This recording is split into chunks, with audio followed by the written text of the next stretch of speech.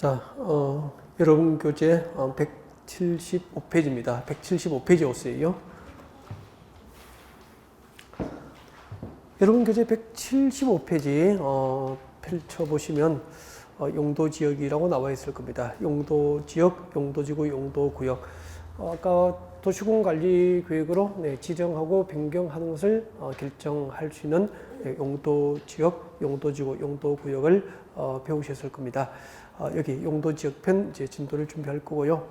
일단은 교재는 핵심만 간추려 둔 것이기 때문에 교재는 175페이지를 그대로 두고요. 175페이지로 이 한 페이지로 이번 시간에 강의가 끝나니까 그대로 펼쳐놓고 교재를 움직이지 않고 저를 보시면 돼요. 네. 자, 이번 시간에 저희들이 공부할 주제입니다. 공부할 주제는 도시군관리계획이라는 행정계획으로 지정과 변경을 결정하게 될 용도지역편을 강의 준비하도록 그렇게 하겠습니다. 지금 저희들은 그 토지공법의 기본이 되는 국토의 계획 및 이용에 관한 법률, 약칭해서 뭐죠? 국토계획법, 국토계획법을 지금 공부를 하고 있는 거죠. 자, 이 법, 국토계획법의 핵심은 우리나라 국토를 개발하기 위한 각종 행정계획의 수립과 그 행정계획의 내용 등을 이제 규정하고 있는 것이 이 법의 핵심입니다. 라고 전달을 하면서 이 국토계획법상 그 국토계획, 행정계획이죠. 각종 행정계획의 체계, 행정계획 체계를 지금 공부를 하고 있는 거죠. 자, 이 국토계획법상 국토계획에는 제일 먼저 광역도시계획이 있습니다. 라고 배웠을 겁니다. 광역도시계획이 있습니다. 라고 했고요. 이 광역도시계획을 수립한 단위는 광역시입니까? 광역계획권입니까? 광역계획권 그렇게 됩니다. 그리고 광역계획권 단위로 그 광역계획권의 장기적인 발전 방향을 제시할 광역도시계획이 수립되면은 이 광역도시계획에 부합될 수 있도록 한 개의 도시나 한 개의 군 단위로 다시 행정계획이 수립됩니다. 무슨 계획이죠? 도시군계획입니다. 라고 공부한 거죠. 자, 그때 도시군계획 중에서 도시지역과 군지역의 장기적인 발전 방향과 목표를 제시합니다. 그러면은 도시군 기본계획이 되는 거죠. 도시군 기본계획이에요. 도시군 기본계획. 이 도시군 기본계획에 의해서 도시지역과 군지역의 장기적인 발전 방향과 목표가 계획이 됩니다. 되면은 이 기본계획에서 제시하는 장기적인 발전 방향과 목표에 부합될 수 있도록 도시지역과 군지역을 관리하려고 구체적인 정책 6가지 구체적인 정책으로 입안하고 결정할 수 있는 행정계획을 도시군관리계획입니다. 라고 해서 이 도시군관리계획으로 지정과 변경을 결정하게 될 대상 몇 개 있었죠? 아까 6개를 공부한 거죠. 도시군관리계획으로 도시지역과 군지역의 토지 위에다가 용도지역, 용도지구, 그리고 용도구역 등을 지정하고 변경을 결정할 수 있습니다. 그렇게 했어요. 자, 이번 시간은 저희들이 공부할 주제입니다. 이번 시간은 저희들이 공부할 주제는 도시군관리계획으로 지정과 변경을 결정하게 될 이 용도지역편을 이번 시간에 공부하겠다는 겁니다. 그래서 지금까지 우리가 어떤 과정을 쭉 이렇게 펼쳐서 그 체계를 잡아왔는지 잠깐 복습을 하면서 이번 시간에 공부할 주제가 무엇인지를 여러분에게 설명드린 거죠. 자, 이번 시간에 저희들이 공부할 주제는 용도지역이에요. 이제부터 이제 용도지역표를 배울 건데 이 용도지역을 새로 지정하거나 지정된 용도지역을 변경할 수 있는 행정계획이 뭐죠? 도시군관리계획 중에서 일단은 용도지역의 개요를 설명드릴 거예요. 어떤 용도지역이 어떤 목적으로 어디에 지정되는지, 그리고 이제 용도지역 우리나라 국토위에 지정될 수 있는 용도지역의 종류 21개, 그 21개 중에서 오늘 아마 11개 용도지역을 175페이지에서 배우고 오늘 수업이 끝날 것 같아요. 이게 이제 계속 다음 주에 이제 계속 연결해 가겠죠. 용도지역 안에서의 금폐율, 용적률 이런 것은 이제 다음 주에 공부를 하게 돼요. 자, 그러면은 일단 용도지역이 무엇인지 오늘 처음이니까 이제 여러분 대부분이 세상에 태어나서 용도지역의 개요 설명을 처음 들어보는 거잖아요. 그래서 교재는 없으니까 교재를 만지지 말고 저를 보면 돼요. 저를. 그래서 지금 이제 용도지역을 설명을 할게요. 자, 용도지역이라는 것은 우리나라 국토 전부를 대상으로 합니다. 전국토죠, 전국토. 우리나라 국토 전부를 대상으로 해요. 용도지역은 국지적으로 지정됩니까? 전국토를 대상으로 합니까? 전국토. 우리나라 국토 전부를 대상으로 해요. 그럼 상상해 보시라고. 대한민국 국토원에서 서울, 부산처럼 인구와 산업이 밀집되어서 이미 개발했고 앞으로 개발, 정비, 관리, 보존이 필요한 곳을 용도 지정합니다. 자, 이런 곳을 도시지역이라고 해요. 여기서 우리 잠깐만. 여러분이 이 자리에 앉기 전까지 도시지역이 무엇인지 알고 있잖아요. 아는 단어잖아. 근데 제가 마이크 들고 내려가서 여러분에게 도시지역이 뭐라고 물으면은 구체적으로 할 수 있는 말은 있습니까? 없습니까? 없죠. 그래서 추상적으로 도시지역이 무엇인지 알고 있는 단어지만 도시지역이 무엇인지 개념을 정의하면서 살진 않았잖아요. 그래서 이제 정의를 해야 돼, 정의. 마음대로 정의하지 말고 법으로 규정된 대로 해야 돼요. 이제 그게 이거라고. 자, 마음속으로 따라합니다. 우리나라 국토공원에서 인구와 산업이 밀집되어서 서울, 부산처럼 인구와 산업이 밀집되어 이미 개발했고 앞으로 개발할 곳을 용도 지정한 땅이 도시지역이 돼요. 이걸 앞으로 연습하게 되겠죠. 인구와 산업이 밀집되어 개발했거나 앞으로 개발할 곳을 용도 지정하면 도시지역이고 도시적으로 용도지역이 지정됐다는 건 들어보니까 지정되었다는 것은 그 주요 지정 목적은 개발입니까? 보존입니까? 개발 목적으로 용도 지정된 곳이다라는 거예요. 그러면은 서울과 부산은 도시적으로 용도지역이 지정되어 있고 서울, 부산에서 도시적으로 용도지역이 지정된 곳은 개발 목적으로 도시권 관리구역으로 결정 고시된 땅이다라고 생각하시면 되잖아. 그럼 땅 값이 비쌉니까? 쌉니까? 비싸겠죠. 개발했고 개발 목적으로 도시권 관리 구역으로 결정 고시된 땅이니까. 다음에 여기를 보시면은 여기는 도시지역에 가깝습니까? 도시 지역으로부터 멀리 떨어진 곳입니까? 멀리 떨어져 있잖아. 이렇게 도시지역으로부터 멀리 떨어져 있고 떨어진 곳에 산이 있어. 산. 보존 가치가 높은 산이 있다고. 산재가 있고 전답 가수원. 전이 뭐죠? 밭이었죠. 밭. 답은 뭐죠? 논이죠. 논. 전답, 과수원 등 농지가 집단화되어 있다고. 그러면 농지가 집단화된 곳은 평야지대죠. 들판이죠. 이런 곳은 앞으로 전답, 가수원 등 농지가 집단화되어 있으니까 이런 곳은 농림업의 진흥과 주변의 산림은 보존되어야 되거든. 그래서 우리 국토공원에서 이런 땅을 대상으로 농림업의 진흥과 산림 보존을 목적으로 용도 지정된 곳이 농림지역이 되는 거죠. 법적으로 말이야. 농림지역은 도시지역과 이렇게 경계를 같이 할 수 있습니까? 없습니까? 없다는 거죠. 그러면은 부산의 땅은 대부분이 도시지역이고요.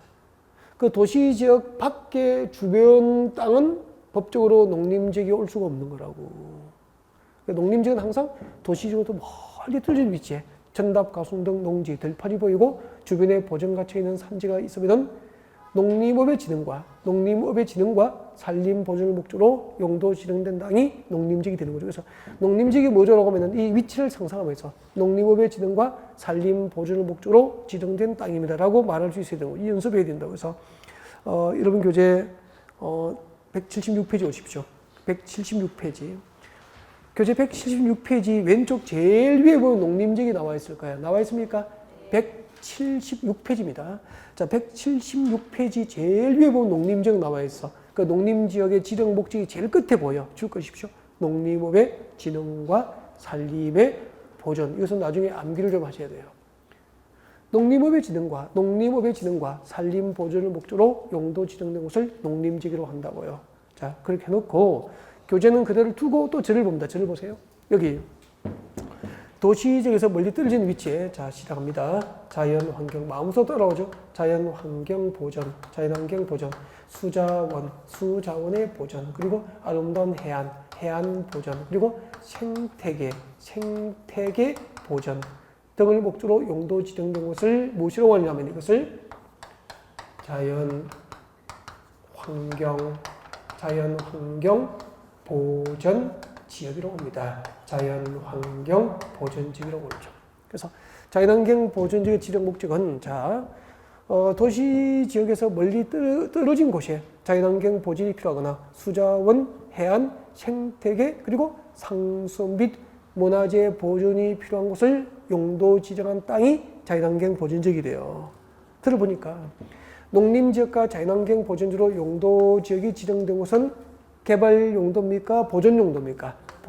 보존 목적으로 용도 지정된 땅이라는 것을 알 수 있게 되죠. 그러면 한번 봐요. 여러분, 농림지역은 전답, 가송 등 농지가 집단화되어 있고 주변에 보존 가치가 있는 산지가 있는 땅이니까 여기는 아파트 건축이 허용될까 안 될까? 안 되는 거예요. 공장 지을 수 있을까 없을까? 없죠. 단 이 들판에 농지를 소유하고 농사를 짓고 있는 농민들은 주변에 산 밑에 양지 바른 곳에 집 짓고 살아야 되죠. 그래서 농림지역에도 농어가 주택, 농민과 어민이 살 수 있는 농어가 주택의 건축은 허용돼요, 안 돼요? 돼요. 그리고 농업용 창고 지을 수 있어야 돼요, 없어야 돼? 돼요. 축사 건축 돼요, 안 돼요? 돼요. 이렇게 된 거예요. 그러니까 용도적인 위치를 알고 그 지정 목적을 아니까 어떤 건축물의 건축이 될 수 있고 어떤 건축물의 건축이 될 수 없는지 유추할 수 있게 되는 거잖아. 그리고 여기는요, 도시지역에 가깝습니까? 멀리 떨어졌습니까? 도시지역에 멀리 떨어지는 위치에 봐요.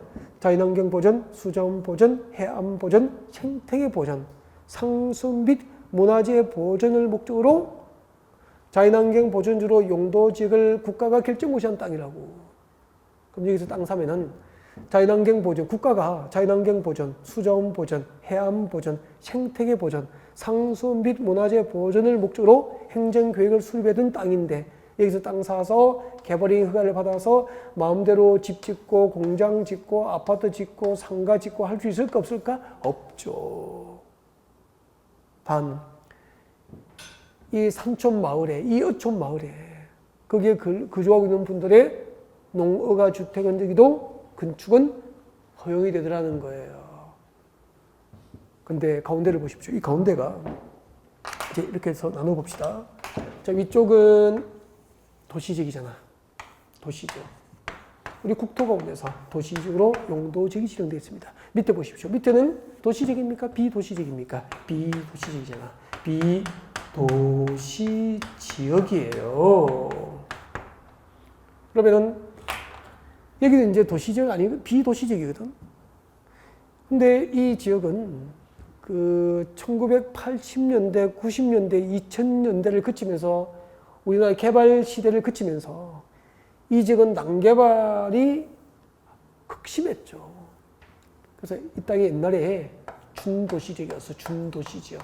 그리고 여기 농림지역과 자연환경 보전지역 주변 지역은 준농림지역이었단 말이야. 이 준도시지역과 준농림지역은 그 개발 시대를 거치면서 난개발과 환경 파괴가 너무 심해서 이 준도시지역과 준농림지역을 없애버리는 거예요. 폐지해버립니다. 폐지해버리고 이 땅은 준도시지역과 준농림지역을 폐지 통합해서 비도시지역 난개발 방지를 위해서 철저하게 관리를 해야 되겠다. 그래서 이름을 관리지역으로 해서 관리지역이라고 하는 용도지역 체제가 출범하게 됐어. 이게 2002년도 일이에요. 그래서 관리지역 제도가 도입되면서부터 우리나라 국토 전부를 대상으로 지정되는 용도지역은 도시지역, 관리지역, 그리고 농림지역, 자연환경 보존지역 이렇게 해서 몇 개죠? 4개. 4개의 용도지역 체제가 구축된 거예요. 이게 2002년도의 일이라고. 2002년 찍어놓고 외울 필요 없습니다. 그럼 외우면 안 돼요. 자, 이렇게 이제 4개의 용도지역 체제로 출범이 돼서 지금 이제 도시지역, 관리지역, 농림지역, 자연환경 보존지역이 된 거예요. 그러면은 여기는 부산 용도지역이 뭐죠? 도시지역. 도시지역 주변을 둘러싸고 있는 땅은 뭐죠? 관리지역. 그 관리지역 밖에 이렇게 농림지역과 자연환경 보존지역이 존재하는 거라고. 알겠죠? 위치를. 근데 이렇게 이제 그림을 그려서 현장을 모르니까 이런 그 기본적인 인문과정 수업을 안 듣고 들어와서 용도지역의 목적을 책만 보고 외우니까 공인중개사 자격증은 땄는데 농림지역이 어디 있는지도 모르는 거죠.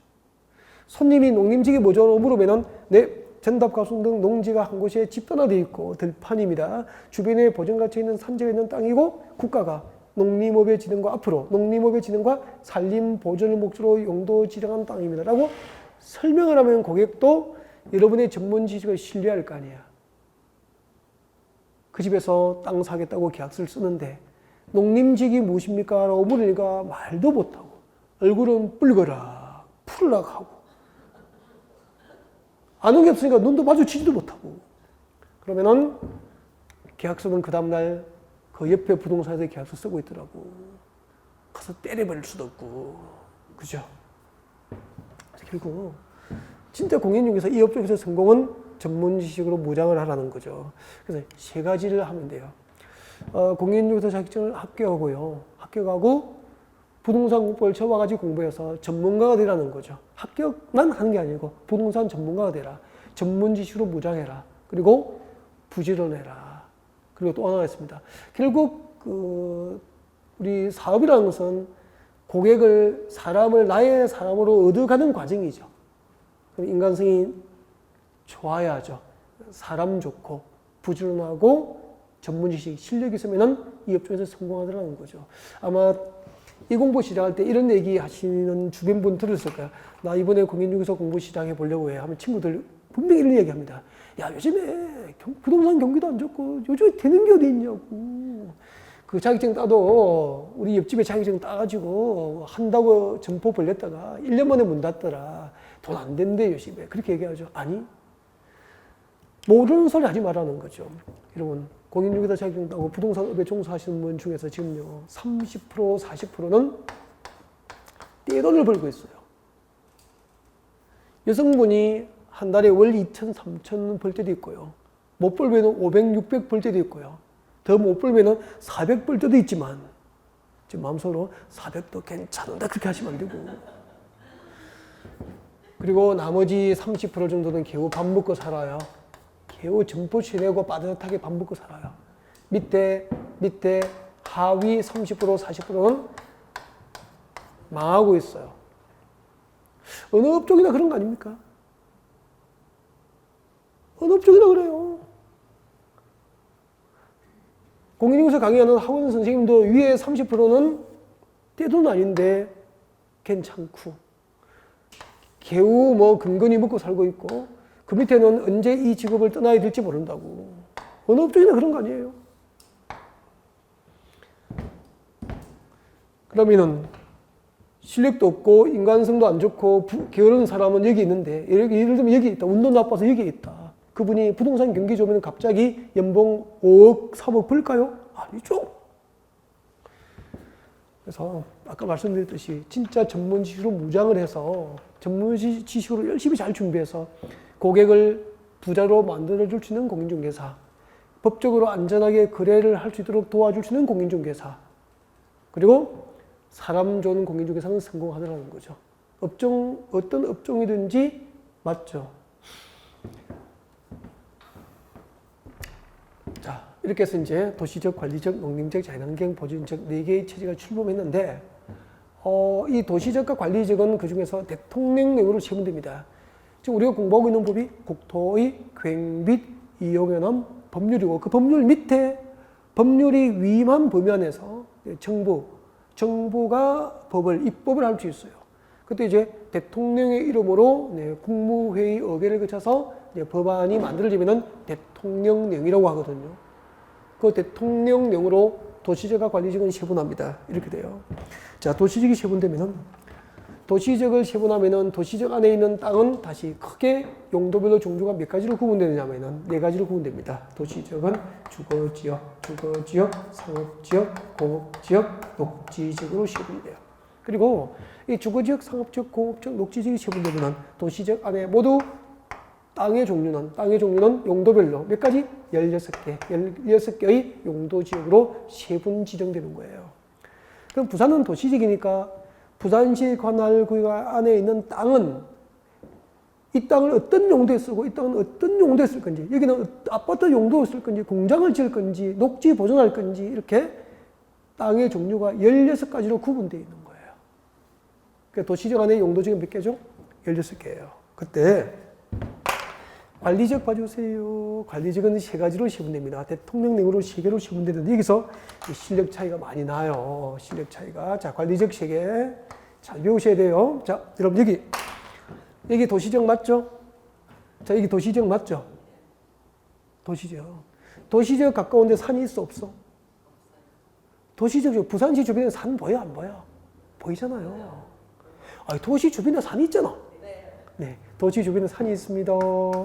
도시 가까운 곳에 전답, 광릉, 농지, 들판이 있어 없어? 있죠. 그럼 잘 보세요. 그림을 여기 보세요. 여기 보시면은 우리나라 국토공원에서 전답, 광릉, 농지가 있고 농지가 집단화된 들판이 보이고 주변에 산이 보이면은 본래는 농림지역으로 지정해서 농림업의 진흥과 산림 보전을 해야 돼. 근데 그 땅이 도시에 가깝다고. 그럼 도시는 그대로 있습니까? 개발이 확산됩니까? 개발이 확산되니까 본래는 농림지역 지정 대상이지만 현실적으로 농림지역으로 지정해서 농사만 짓도록 관리하는 것이 가능합니까? 곤란합니까? 곤란하지. 이런 땅을 농림지역에 준하여 농림지역에 준하여 농업적 생산이 가능하도록 관리를 해야 되겠다. 그래서 생산관리지역으로 지정하는 거죠. 들어보니까 생산관리지역은 도시적 사촌입니까? 농림지역 사촌입니까? 농림지역 사촌. 농림지역의 사촌쯤 되는 땅이야. 그럼 나중에 손님이 생산관리지역이 무엇입니까? 라고 물으면은 이렇게 말하면 되잖아. 본래는 농림지역 지정해야 되는데 농지 들판도 보이고 주변에 산이 있어서 본래는 농림지역 지정해야 되는데 주변에 이웃하고 있는 도시지역이 자꾸 개발이 확산되니까 현실적으로 농림지역으로 지정하여 관리가 곤란하여서 앞으로 농림지역에 준하여 농업적 생산이 가능하도록 관리하려고 지정된 땅이라고 말해주면 고객이 감동하겠죠. 야, 이 공인중개사 믿을 수 있구나. 여러분, 저희 강의를 듣는 것도 신뢰죠? 믿음이죠. 이 선생하고 같이 하면 합격할 수 있는 믿음이 있어야 함께 하는 거잖아. 그쵸? 공인중개사도 마찬가지라고.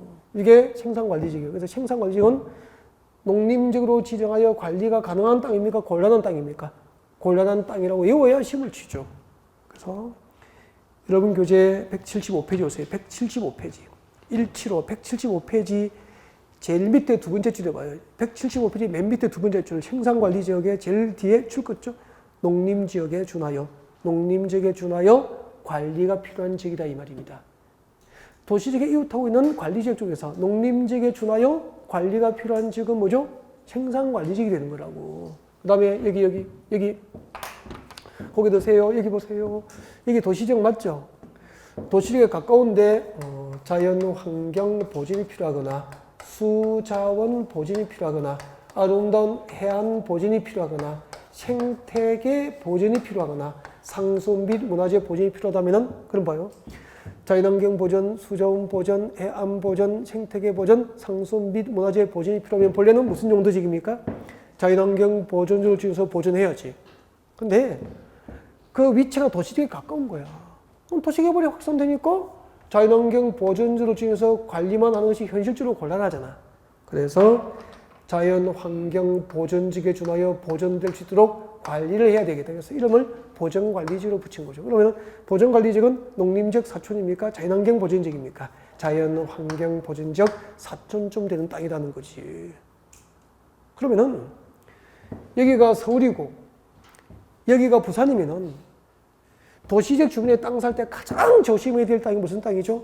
보존관리지역이라고. 보존관리지역은 국가가 자연환경 보존, 수자원 보존, 해안 보존, 생태계 보존, 상수 및 문화재 보존을 목적으로 도시군관리구로 결정 고시해둔 땅이라고.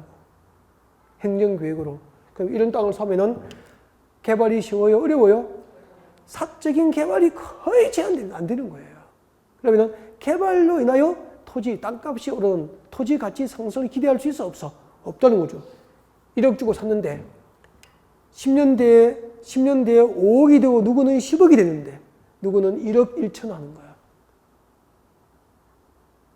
그럼 이런 곳에 고객을 땅 사게 만들어서 고객을 10년 동안 20년 동안 그대로 본전치기만 하도록 이런 곳에 처박아 놓아두면은 그 공인중개사를 믿고 누가 손님을 소개하고 누가 어떤 손님이 다시 그 공인중개사를 찾겠냐는 거지.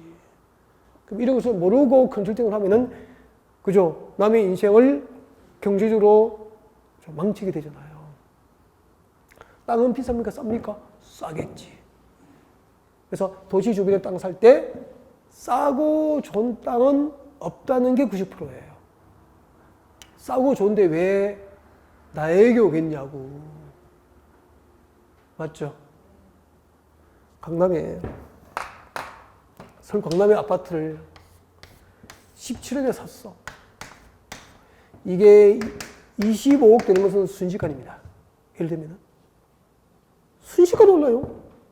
근데 저 외곽에 3억 5천 아파트를 샀어. 10년 뒤에도 4억 아니에요? 맞죠? 그런 거죠, 차이가. 그럼 가운데를 보시오, 가운데. 이 가운데는 도시에 가깝잖아. 도시에 가까운데 농림직으로 보존해야 될 가치가 있었다면 생산관리직이 됐겠죠. 자연환경 보존지로 보존해야 될 가치가 있었다면 보존관리직이 됐겠죠. 그럼 생산관리직과 보존관리직으로 지정이 안 됐다는 것은 농림지역과 자연환경 보존지로 보존해야 될 가치, 보존해야 될 가치가 낮은 지역이야. 그러니까 보존 가치가 없는 땅은 개발해서 도시지역에 편입을 시켜도 되겠죠. 난 개발합니까? 계획적으로 개발합니까? 계획적으로 신도시를 개발해서 도시지역에 편입시킬 목적으로 용도 지정된 땅이 계획관리지역이 되는 거예요. 그러면은 계획관리지역은 무슨 용도지역의 사촌 좀 됩니까? 도시지역, 도시지역의 사촌, 곧 계획적으로 신도시를 개발해서 도시지역에 편입시킬 목적으로 용도 지정된 땅이 되는 거라고. 그러면은 자, 175페이지 제일 밑에 봅니다. 계획관리지역. 계획관리지역 뒤에 줄 거죠? 도시지역으로 곧 계획적으로 신도시를 개발해서 도시지역에 편입이 예상되는 지역이라고. 그 위에 생산관리지역은 농림지역 사촌이었죠. 농림지역에 준하여 농업적 생산이 가능하도록 관리가 필요한 땅이고, 그 위에 보존관리지역은 무슨 용도지역 사촌입니까? 줄 거죠? 자연환경 보존지역에 준하여 보존될 수 있도록 관리가 필요한 지역이 되는 거잖아요. 그러면 이제 제가 교재를 외우겠습니까? 현장을 알겠습니까? 현장을 알고, 현장을 아니까 교재를 읽으니까 이해가 되잖아요. 이렇게 해서 여러분 칠판 집중. 도시적 밖에 관리지역은 몇 개? 3개. 농림적, 자연환경, 보존지역 2개. 그렇게 해서 비도시적, 도시적 밖에는 용도지역의 숫자가 관리지역 3개, 농림적, 자연환경, 보존지역에서 우리나라 국도, 도시적 밖에 지정되는 용도지역은 모두 몇 개? 5개. 도시적 안에 모두 몇 개? 16개. 합하니까 전국도, 도시적과 비도시적, 우리나라 국도 전부를 대상으로 지정되는 용도지역은 모두 몇 개? 21개의 용도지역이 있다는 거죠. 21개의 용도지역이 있다. 그렇게 되는 거죠. 여러분, 땅의 종류는 용도별로 몇 가지로 구분되죠? 21가지가 있는 거예요. 도시적 안에 몇 개? 16개. 도시적 밖에 몇 개? 5개. 합하여 몇 개? 21개의 용도지역이 있게 되는 거죠. 그러면 지금부터 도시적 16개를 도전할 거야. 그 중에서 6개를 배우면 오늘 수업이 끝이라고. 그러면 오늘 도시적 안에 5개. 도시적 밖에 5개. 도시적 안에 6개. 오늘 용도지역 11개를 배우고 다음 주에 오셔서 나머지 10개를 채워서 배울 거야. 이것도 재밌다고. 또 오늘 오후까지 나머지 10개를 하자고 자꾸 조르시면 안 돼요. 아셨죠? 네. 175페이지 오세요. 175페이지 도시지역 찾으셨습니까? 네. 도시지역 옆에 보십시오. 한 칸 옆에 보니까 제일 위에 주거지역, 그 다음이 상업지역, 그 다음이 공업지역, 그 다음이 녹지지역에서 저를 보세요. 저를 보세요. 자, 도시지역은 이렇게 세분되는 거예요. 도시지역 안에 있는 땅은 주거지역, 또 뭐죠? 상업지역, 또 뭐죠? 공업지역, 또 뭐죠? 녹지지역. 이렇게 세분되는 거예요. 이거 같이 옵니다. 이렇게 옵니다. 자, 주거지역, 상업지역, 공업지역, 녹지지역. 읽어보십시오. 주, 상, 공, 녹. 이걸 같이 한번 하고 나면은 훨씬 외우기가 쉬워져. 제가 숙제로 혼자 집에 가서 이 페이지 다 외우십시오라고 하면 안 외워져요. 설명 듣고 나면 반쯤 녹아들거든. 금방 외워진다니까. 그리고 주거지역을 보세요. 주거지역을 보면은 책을 보세요. 전용 주거지역이 있죠? 전용 주거지역이 있고 일반 주거지역이 있어. 일반 주거지역이 있고 그 밑에 무엇이 있죠? 준 주거지역이 있다고. 맞죠? 그래서 주거지역이 세분되면은 전용 주거지역과 일반 주거지역과 준 주거지역으로 세분됩니다. 읽어보십시오. 전, 일, 준. 성은 전씨고 이름은 일준이고, 전은 성은 최씨고 이름은 기락이고. 이름이 기락이 뭐야? 철수 뭐 이렇게 그치? 영철이 뭐 멋있는 거 많은데 아 진짜. 그래서 자 전형주구지는 다시 보세요. 이런 교재 보면은 일종 전형주기 있죠. 제1종 전형주구지역과 2종 전형주구지로 세분되는 거예요. 여러분 전형주구지는 1종과 2종으로 세분돼요. 교재 보니까 맞죠? 일반 주구지역 보세요. 일반 주구지역. 일반 주구지역은 적으십시오. 층수가 분류 기준이야. 일반 주구지를 분류하는 기준은 뭐죠? 층수. 층수에 따라서. 주택의 층수에 따라서 일반 주구지역은 1종부터 3종까지 세분됩니다. 제1종 일반 주거지역, 제2종 일반 주거지역, 제3종 일반 주거지역 이렇게 돼요. 여러분 주택의 층수에 따라서 주택의 층수가 일반 주거지를 분류하는 분류 기준이라고. 주택의 층수에 따라서 1종부터 3종까지 세분되는 것은 뭐죠? 일반 주거지역이 되는 거예요.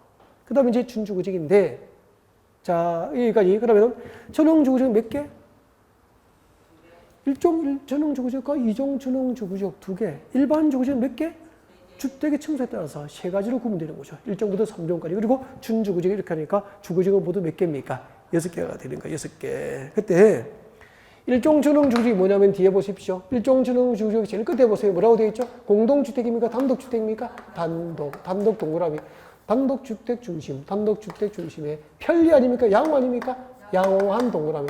양호한 동그라미. 양호한 주관경 보호가 목적이라고. 단독주택 중심에 양호한 주관경 보호를 목적으로 하면 1종 전용주거지역. 그리고 2종은 공동주택이죠. 공동주택 동그라미. 공동주택 중심에 양호한 동그라미. 양호한 주관경 보호를 목적으로 하는 거야. 이게 2종 전용주거지역에서 쉽게 하면은 1종 전용주거지역은 단독주택 전용 용도지역이고 2종 전용주거지역은 공동주택 전용 용도지역이에요. 그러면은 1종 전용주거지로 용도지역이 지정된 이제 땅 사면은 공동주택, 아파트 지을 수 있을까 없을까? 없게 된다 이 말이야. 아, 이것도 여러분 시험에 나온 적이 있는 것 같은데. 다음 중 아파트 건축을 할 수 있는 용도지역은 아파트 건축을 할 수 없는 용도지역은 이렇게 나온 적이 한 3번 돼요.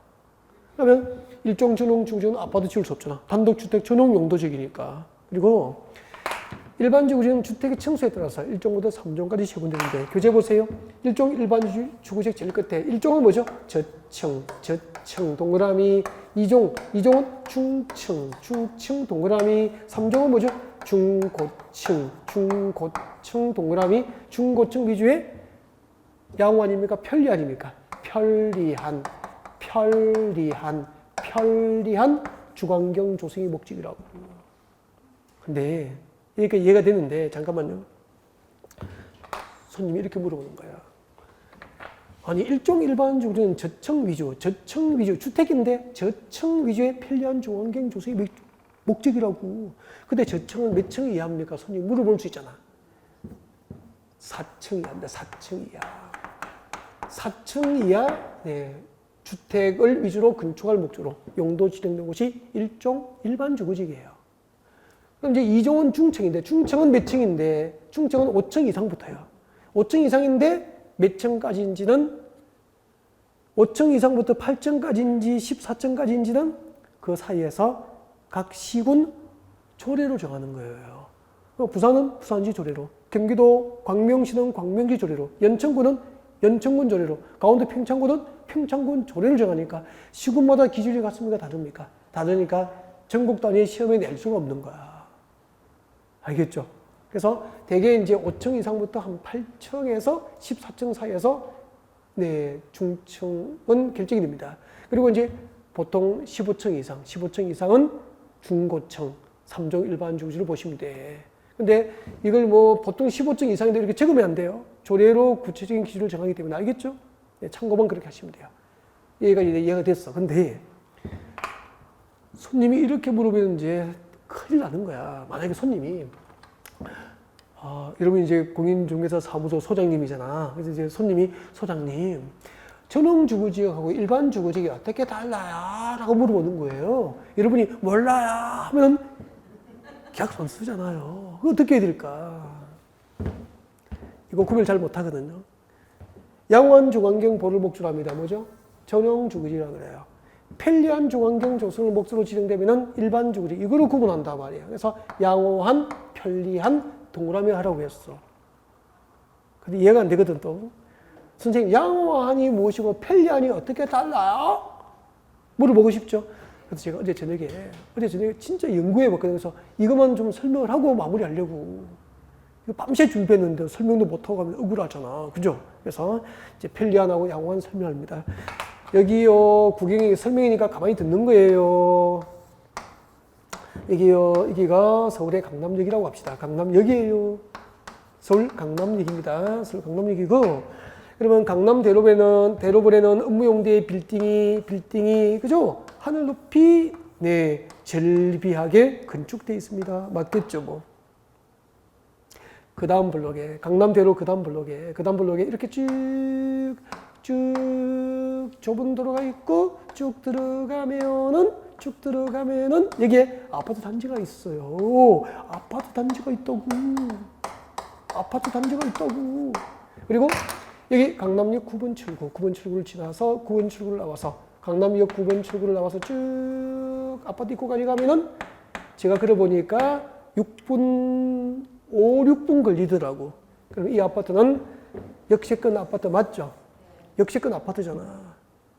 역세권 아파트니까 아빠가 여기 업무용대 빌딩 절비하니까 회사원이면 여기 빌딩에 출퇴근할 수도 있고, 아니면은 역까지 걸어서 5분이면은 지하철로 서울 시내 어디든지 대부분 1시간 이내에 출퇴근이 가능해지게 되잖아.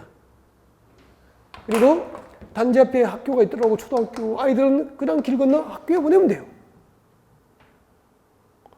앞에 상가가 형성되어 있으니까 일상생활이 불편합니까? 참 편합니까? 시장 보기 좋고, 뭐 손님 맞기도 좋고, 출퇴근도 편리하고, 그래서 역세권 아파트는 교통이 편리하고 일상생활이 편리한 위치에 있기 때문에 역세권 아파트는 일반 주거지역이야. 알겠죠? 그럼 여러분 아파트가 역세권 아파트라면 보통 일반 주거지로 보면 돼. 근데 그 동네에 전부 단독주택이나 1층, 2층, 3층, 4층 이하인 주택만 위주로 건축되는 일종 일반 주거지역이야. 5층 이상부터 8층에서 한 14층 사이에 아파트들이 보여. 그러면 2종 일반 주거지일 확률이 높아. 여러분이 역세권 아파트인데 최고 층수가 15층 이상인 단지에 살고 있어. 그러면 3종 일반 주거지일 확률이 높다고. 일반 주거지역은 불편합니까? 편리합니까? 주거생활이, 일상적인 주거생활이 편리한 동네. 역세권 아파트가 일반 주거지역이라고. 근데 서울역 서울 강남역 9번 출구 나왔어. 여기 마을버스 정류장이 있어. 진짜 있어. 마을버스 정류장이 있어. 마을버스를 탔어. 마을버스는 큰 길로 다닙니까? 골목길로 다닙니까? 좁은 2차선 도로를 올라간다고 막 간다. 이렇게. 그때 마을버스 타고 이렇게 18분을 갔어. 18분을 갔다고. 마을버스 타고 18분을 가서 내려서 정류장 내려서 건너서 다시 올라서 3분을 걸어가니까 아파트 단지가 있어. 단지 뒤에는 다 산이다. 여름에 아파트 창문을 열고 누워 있으면은 산바람이 살랑 불어오고, 아파트 시끄럽습니까? 조용합니까? 조용해. 그래서 조용하고 공기 좋고 사람 살기 좋다고 해. 공인중개사 설명할 때. 지하철 탈 때 불편하다는 얘기는 안 해. 여기는 역세권입니까? 숲세권입니까? 숲세권 아파트. 이 숲세권 아파트는 교통이 편리하고 출퇴근이 편리하지는 못해. 시장 오가기도 편리하지는 않아. 근데 공기 좋고 조용하면은 주거환경이 편리합니까? 양호합니까? 양호해. 그래서 숲세권 아파트는 전용 주거지역이 되는 거야. 거기에 단독주택 위주로 조성된 곳은 일종 전용 주거지역, 공동주택 위주로 조성된 곳은 이종 전용 주거지역이 되는 거야. 그래서 우리 부산도 부산은 특히 다른 도시보다 산에 마을이 많더라고. 산에 아파트도 많이 보이고. 그럼 산 위에, 산 아래에 공기 좋은 곳에, 조용한 곳에 있는 아파트는 이종 전용 주거지역, 공동주택이니까. 산 아래에 조용한 단독주택 단지는 일종 전용 주거지역 이렇게 된 거야. 오늘 앞에는 무엇을 들은지 몰라도 이제 수표제권, 역세권, 일종전응주거적, 이종전응주거적 설명을 들으니까 확실하게 아시게 됐죠. 준주거적은요, 교재 보십시오. 준주거적은요, 교재 보십시오. 제일 끝에. 주거적이니까 주거 기능을 중심으로 합니다. 주거 기능을 중심으로 하면서 플러스, 무엇을 플러스 하느냐면은 동그라미 하십시오. 상업, 업무 기능이 플러스 보완이 되는 거야. 주거 기능을 중심으로 하면서 상업 기능과 업무 기능을 보완할 목적으로 용도 지정하면 뭐죠? 준주거적. 그래서 6개의 주거적 가운데서 제도적으로 이용 범위가 가장 넓은 게 뭐죠? 준주거적. 그러면 부동산 개발업자가 가장 좋아하는 주거적이 뭐죠? 준주거적이지. 여러분이 택지 조성하고 상가 조성하고 신도시 개발 지역에 아파트 짓고 그리고 건너편에 택지나 상가 용지가 분양된다고. 이때 여러분이 적금 넣고 목돈 5천만 원 마련해서 재테크 하려고 분양 신청했어. 분양 신청했는데 추첨을 했는데 일종전응주거적에 당첨된 거야. 계약금 그르 마르. 일종전응주거적이면 계약금 그르 마르. 안 그래야죠. 프리미엄 붙겠어요? 실수요자 아니면 안 해야죠. 근데 여러분이 택지 분양하고 상가용지 분양하는 신도시 개발지역에 재테크 하려고 분양 신청했는데 세상에 그 땅이 준주거지역이래. 준주거지역. 계약금 그르 마르. 그르. 준주거지역은 주거 기능을 중심으로 하기 때문에 단독주택 짓고 아파트 지을 수도 있고요. 상가 지을 수도 있고 업무용도 지을 수 빌딩도 건축 가능한 주거지이기 때문에 당첨되면은 계약금 걸면은 그 다음날 개발업자가 와서 평당 1,000만 원에 분양받았는데 평당 1,300 주겠다고 분양권 팔아라고 모여드는 땅이 준주거지이다 이 말입니다. 그러니까 이걸 목적을 현장을 통해서 해석을 하고 설명을 듣고 나니까 골치 아픈 암기 대상입니까? 전문 지식이 됩니까? 전문 지식이 되는 거죠. 외우는 방법을 가르치면 저도 5분 만에 이거 어떻게 외운지 가르치고 지나갔겠지만 그렇게 해서 글자만 외우시고 전혀 전문 지식으로 활용할 수 없다면 나중에 문제 풀 때 암기된 것을 조금만 바꿔도 문제 해결 능력이 없더라는 거죠. 오늘은 여기까지고 다음 주 이제 상업지역, 용도지구, 용도구역을 공부하게 돼요. 아무튼 부탁드리고 싶은 것은 믿어라. 그리고 이런저런 구실 만들지 말고 끝까지 함께 하면은 여러분은 80% 이상 다 붙어요. 다음 주에 꼭 다시 뵙고 1년 동안 꼭 함께 해서 좋은 결과 함께 합격의 기쁨 함께 하고 싶습니다. 자, 오늘 여기까지입니다. 수고하셨습니다.